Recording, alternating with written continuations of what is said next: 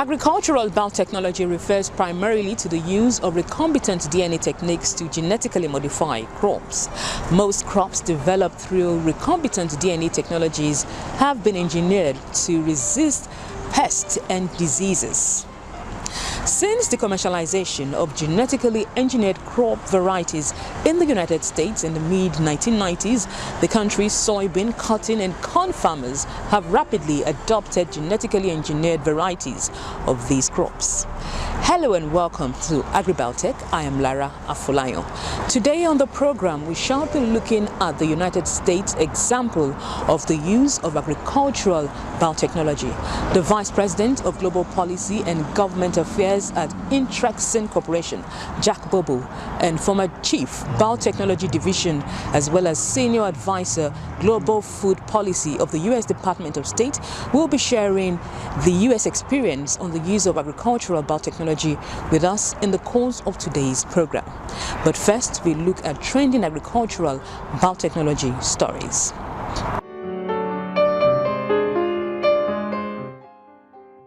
The Food and Agriculture Organization of the United Nations says Africa must transform or modernize its agriculture primarily to feed itself and reduce dependency on imports of agricultural products. It also wants the continent to drive the sector's industrialization process. The FAO's sub-regional coordinator for Eastern Africa, David Firi, says hunger and malnutrition are on the rise again in Africa. After 2 decades of progress, Africa is now home to over 256 million people in need of food, and 132 million of this population is in Eastern Africa. The FAO official also wants governments to create an enabling policy environment for agriculture where the private sector thrives and create jobs, particularly for the youths and women.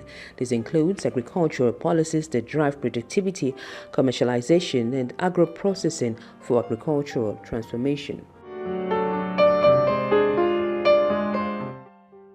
The CRISPR-Cas9-based genome editing is offering new hope for protecting a critical food security crop by developing climate-smart banana varieties. An article published in the Food and Energy Security Journal of the Association of Applied Biologists shows research to identify the genes associated with stress-tolerant traits and other uses of gene editing and genetic engineering to help banana varieties adapt to a changing climate. It adds that adaptation is important because banana is a major food source for some 500 million people, grown in more than 140 tropical and subtropical nations, primarily Africa, which produces about 1/3 of the world's food crops. In addition to supporting food security, banana is a valued cash crop for smallholder farmers who typically sell to local and regional markets.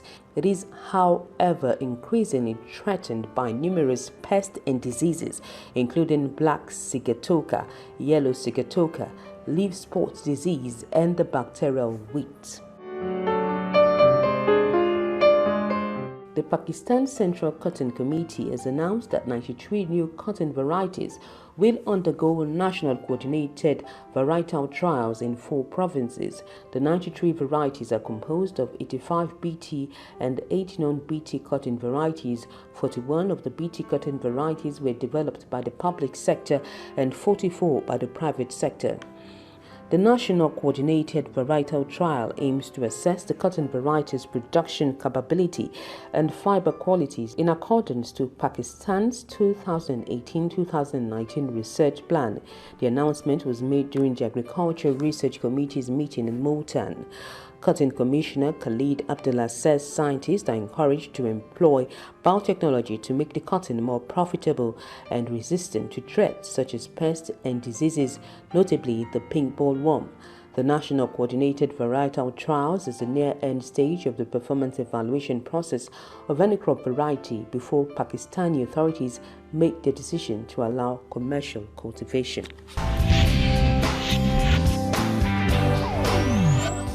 For over 25 years, genetically engineered crop varieties in the United States have increased from 3.6 million planted acres to over 173 million acres.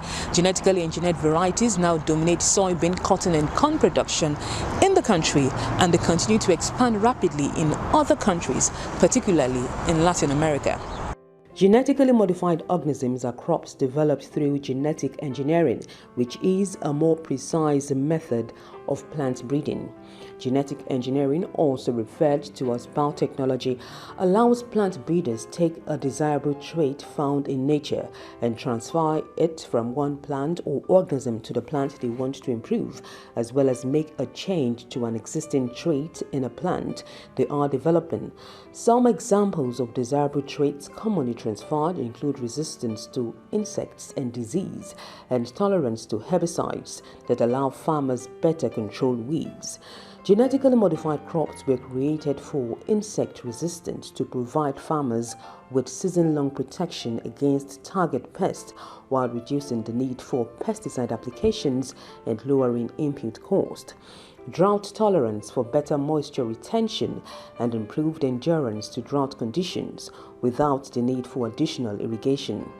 Herbicide tolerant, so farmers fight weeds by applying targeted herbicides only when needed. Disease resistance, which allows plants resist certain diseases. It is also to enhance nutritional content like the genetically modified soybeans with an enhanced oil profile, much like the olive oil, which is longer lasting and trans fat free. These crops reduce food waste as well, as in the case of modified potatoes and apples, to eliminate superficial browning and bruising in potatoes when cut or handled. They are also to help improve manufacturing processes, as certain biotech corn varieties enable more efficient biofuels production by improving the process through which cellulose or starch is broken down and converted to fuel, thereby reducing the environmental impact of the manufacturing process. The United States is the largest commercial grower of genetically modified crops in the world. The 10 genetically modified crops available in that country include alfalfa, apples, canola, corn, cotton, papaya, potatoes, soybeans, squash, and sugar beets. In the United States, the adoption of GM crops resulted in pesticide use reduction of 46.4 million pounds in 2003. In 2013, it reduced the amount of carbon dioxide emitted into the atmosphere by 27 billion kilograms, the equivalent of removing 11.9 million cars from the road. The country's scientists say the technology has helped feed more than 300 million Americans. They add that because this variety of crops require fewer pesticides, land and water, they help keep food production costs down, resulting in lower prices for consumers. The scientists also say the technology helps reduce the price of crops used for food, such as corn, soybeans and sugar beets, by as much as 15 to 30%. These crops have also enabled U.S. farmers become better stewards of the environment, allowing large and small-scale farmers grow more crops on less land while using fewer pesticides and less water. By 2015, the global population is expected to rise to 9 billion, and experts predict a need for 70% more agricultural production. Scientists say using genetically modified crops that increase productivity as well as reduce land, water and pesticide use is critical to this achievement.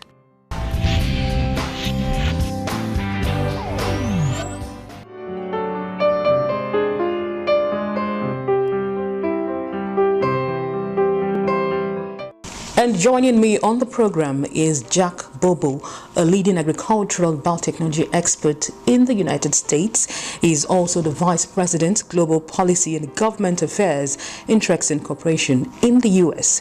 He was former Chief of the Biotechnology Division and Senior Advisor, Global Food Policy of the U.S. Department of State. It's good to have you join me on the program. Thank you. Glad to be here. Okay. Now, what does it mean to genetically modify crops? Genetic engineering is really an expansion of what we've been doing for a very long time. Historically, when farmers or scientists wanted to improve a crop, they would cross two crops together, and then they would have the genes from one that would mix with the others. And it would sometimes be difficult to get that one trait that you really wanted. So genetic engineering allows us to do more precisely what we've been doing for a long time, but to choose that single trait that you want and then move it directly into the plant or organism.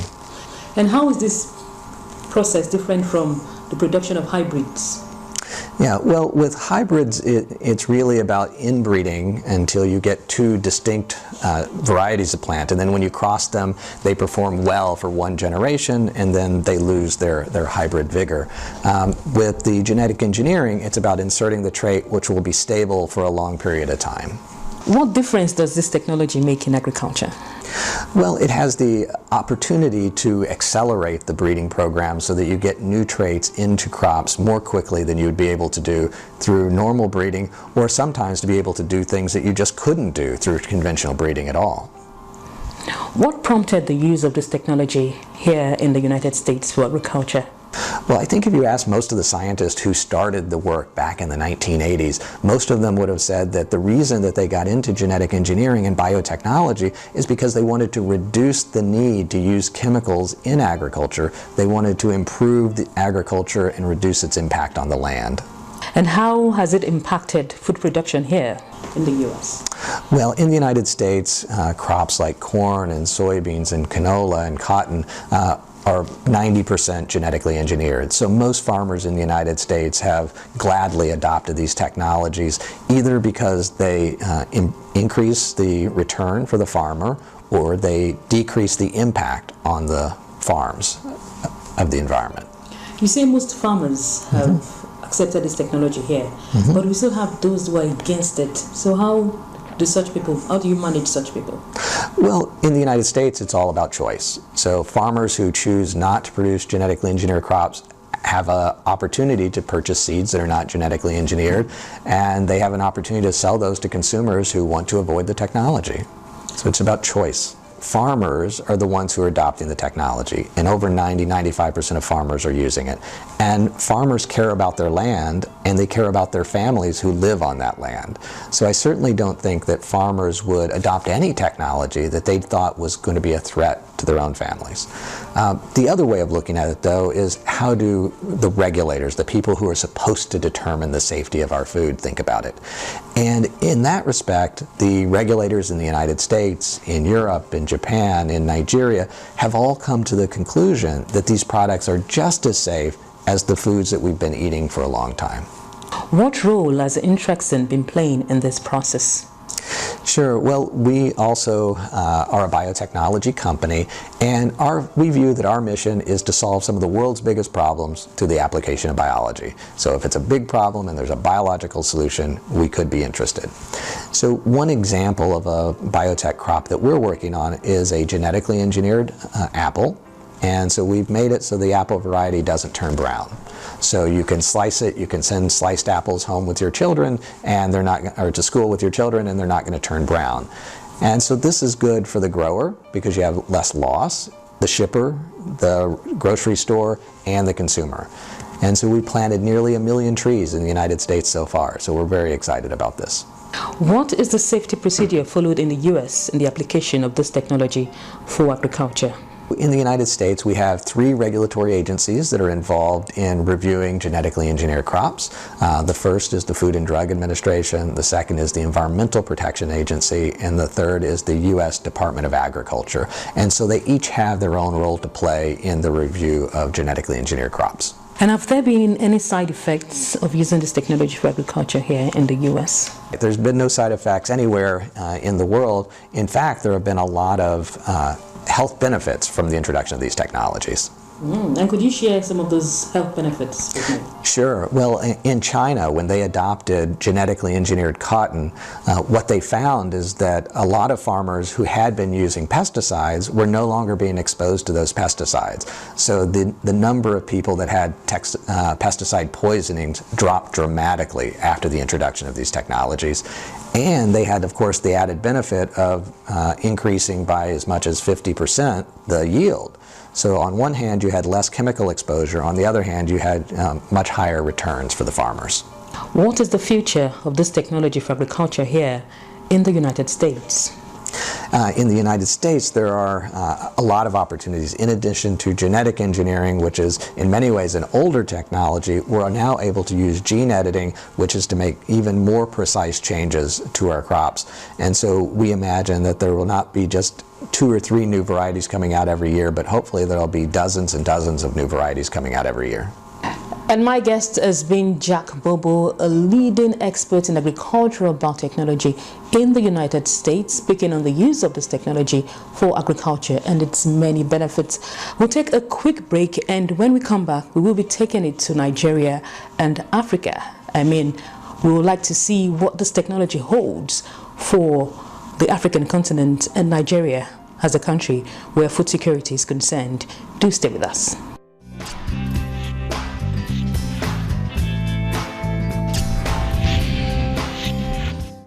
Welcome back. The program is still Agribiotech, and Jack Bobo, a leading agricultural biotechnology expert in the US, is still here with me. Thanks for your time. Glad to be here.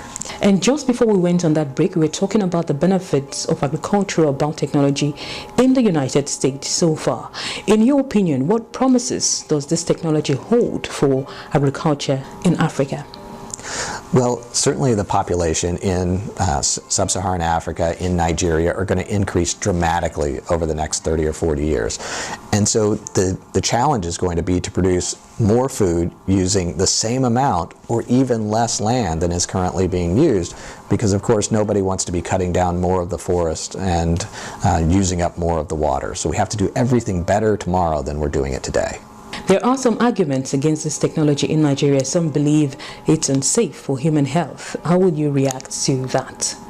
Well, back in the 1940s in the United States, when they were beginning to introduce hybrid corn, people were saying it's not natural. But of course today everybody's used to that, and they understand that, in fact, what we think of as natural changes over time. If anybody were to go and find the ancestor of corn, it looks more like a weed. It's a grass. And so we wouldn't even recognize the original corn today, and so it doesn't look natural at all. Of course, dogs were once wolves, and cats were once wild animals, and so things change over time, and sometimes we forget how far things have come. And what can you say about genetic modification for food and human health? So how healthy is it for human consumption, really? Well, these foods will be just as safe, if not safer, than the foods that farmers or consumers are used to, because they're more studied than the food that we're used to eating. Okay, and there are also concerns that it degrades the environment. There are arguments that you cannot replant the seeds. I wouldn't know what your take will be on that.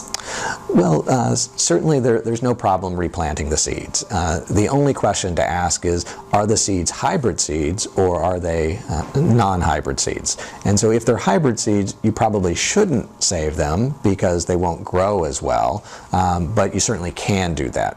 So, for example, the corn that's grown in the United States is all hybrid corn. So no farmers in America save their seeds because it wouldn't be as good in the next generation. And so there's no reason that somebody can't save the seed, but aside from the economic value. So there's a greater benefit to buying your seed. Nigeria has approved the BT cotton for commercial release and the BT cowpea for environmental release, and if the Varietal Release Committee meets, it may approve the BT cowpea for commercial release. What would be your message to Nigeria and how it could make the most of these two varieties? Yeah, well, if you think about cotton, before the introduction of biotech cotton in India, India was a net importing country. They were buying cotton on the world market. After the introduction of biotech cotton, India was able to meet its own demand, and it actually is now a net exporter of cotton. So I think the examples speak for themselves. And what can you say about the BT cowpea? It's the first of its kind in the world. Yeah, so that should be very exciting because in Nigeria there's a lack of access to insecticides and other things that would be able to increase the yields of crops. And because of that, it's sometimes hard for farmers to meet the challenges that they face. By having this Bt cowpea that will be able to protect itself from insect pests, the farmer should see an increase in yield, and they won't be using pesticides or insecticides on their crops. What benefits does it hold for Nigerian farmers if it's eventually deployed in Nigeria? Well, I think that there's a big demand for access to technology, that farmers want to be able to produce more, use less, have a better impact on the environment, and be able to provide for their families. And so I think technologies that give them the tools they need to do a better job are things that they're going to want. And what will be your message to those who criticize this technology in Nigeria? Well, I would just encourage people to think about how far we've come in terms of agriculture. You know, where were we 50 years ago? Where are we today? And all of the benefits have really been because of science and technology. And the only way we're going to be able to produce more using fewer resources is through the application of science and technology. Biotechnology is just one tool, but in order for us to meet the demands of a growing planet, we're going to need to use all of the tools we have. And so I would just encourage them to continue to do research, ask questions, meet with scientists, meet with farmers to understand the farmers' needs, and that we need to work together in order to solve these problems. How could the promoters of biotechnology in Nigeria better educate the public on this breed of crops? Well, I think the most important thing to do is for the regulatory agencies need to be engaging with consumers and with the public to talk about how they go about doing a review. Transparency is really important. And so the public needs to have access to information so that they can make informed decisions. And what's happened in the United States is that we have a lot of trust in our regulators. So the public, while they may not always trust the technology, they do trust that the people at the Food and Drug Administration, environmental protection agencies are looking out for them. And so they'll ask questions, but there's also a high degree of trust. And so in order for these technologies to be accepted, we need to trust that the people that are doing the reviews have the best interest of the public at mind. What will be your final words to Nigeria on the use of biotechnology for agriculture? Well, I think my final words for people in Nigeria would be that Nigeria is the future of Africa and in many ways the future of the world, that the decisions that are being made in Nigeria today will have a profound impact on the rest of the world tomorrow. Very well said. Thank you very much for joining me on the program. Thank you. Yeah.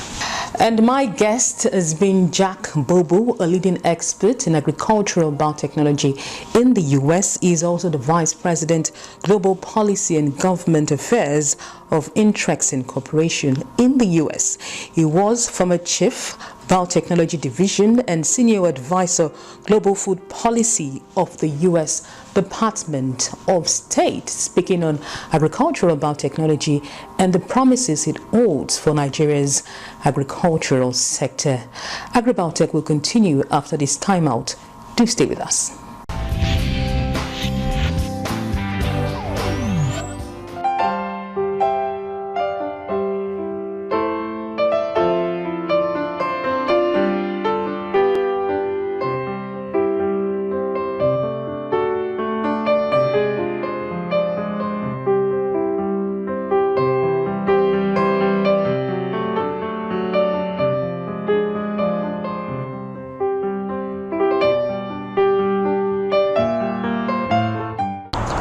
And it's at this point we call it a day on the show. Keep the emails coming. The email address as shown on your screen is agribiotech1@yahoo.com.